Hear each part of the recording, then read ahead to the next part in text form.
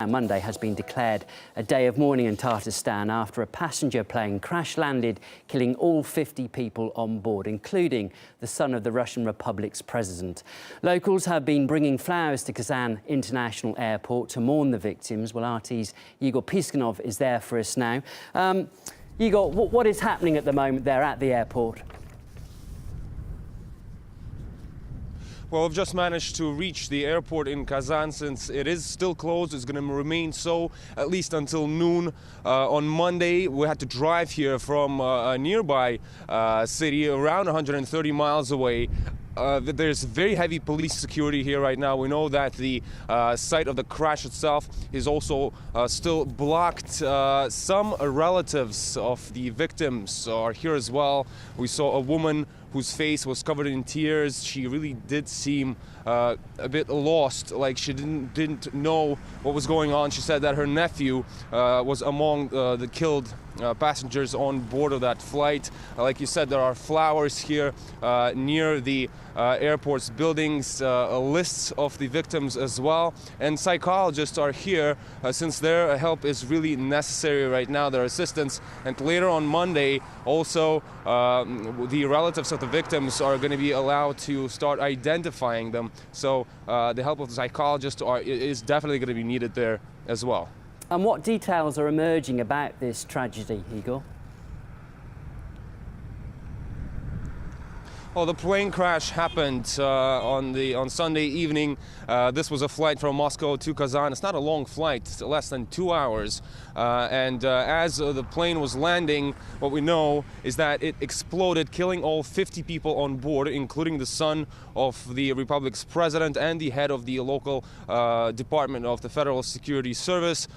So 44 passengers and 6 crew members, all of them were killed. There are several versions into what happened and what caused this explosion, from a human error, technical malfunction of the airplane itself, and there are reports that the crew, prior to the landing around 500 meters before they actually attempted landing, they did allegedly report some technical problems with the aircraft. There's also a version that there may have been some problems with the fuel. The plane was fueled at the Domodedovo Airport in Moscow. Samples of that fuel have been taken. They're now being analyzed. There's also even a version of a possible terror attack. But so far, no official version has been adopted. That's still it's still yet to be announced, and it is going to be determined or at least we're going to find out more about what happens when the data from the flight recorders is analyzed as well. But concerning the plane, it is a very old aircraft. It was a very old aircraft, over 20 years old.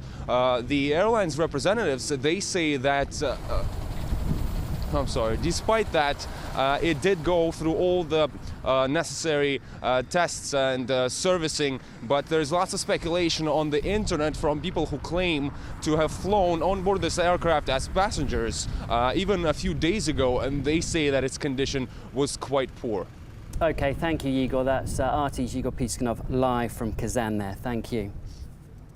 Well, as you heard Igor say there, Tatarstan Airlines claim there were no known technical problems with the plane before it took off. However, earlier in the day, the same aircraft had flown from Kazan to Moscow, and passengers on board reported huge vibrations when the aircraft landed. We spoke to one of them. The flight itself went quite smoothly, but just before the landing, the plane started vibrating fiercely. Initially, I thought it was the weather, but when we got out of the plane, it turned out the weather was quite nice. The plane was shaking, it was dragged from side to side. We landed on our first attempt, but it was a really bad landing, and I felt like the plane was going to roll off the runway. Well, investigators are hoping to get more clues from the plane's all-important flight data recorders. David Learmonth, the operations and safety editor of Flight Global magazine, broke it down for us. It's 2 boxes. One of them records all of the communications on the flight deck. That's what the pilots say to each other, what the pilots say on the radio, all the incoming voice messages from air traffic control. And also you can even hear things like the engine noise. If there was an explosion on board, you would hear that. Then the other box is I suppose you could say the main one, but they're both very important in their own way, is the flight data recorder, which records basically the health of the airplane. It records what the engines are doing. It records the profile of the aircraft's speed, its attitude. It records all sorts of parameters about the airlines, what the airline was doing from minute to minute. And there will be at least half an hour of recording of this, and it may be more, before the time that the accident actually happens. So the authorities will have a great deal of information to work with. Well, the Kazan crash comes a year and a half after a passenger jet crashed during takeoff in Siberia. 12 out of 43 people survived that accident, which was blamed on technical failure. So let's take a look now at what the key causes are of air tragedies over the years. According to statistics from planecrashinfo.com, more than half of air crashes are caused by errors made by flight crews. Technical problems with aircraft are responsible for just under a quarter of problems leading to accidents. And of course, bad weather conditions can also be a factor, and they are behind 12% of crashes. And finally, 9% of air incidents are due to terrorist attacks or hijackings. Earlier, we asked Captain Mark Weiss, who is a civil aviation leader at the Spectrum Group and used to fly the same kind of plane that crashed in Kazan, what he thinks could have led to this catastrophe. That was a poor repair that led to fatigue and obviously catastrophic failure. But all of these factors are going to be looked at. Normally in an emergency, you want to get the aircraft on the ground safely as quickly as possible. So what would have caused the aircraft to not land on its first attempt?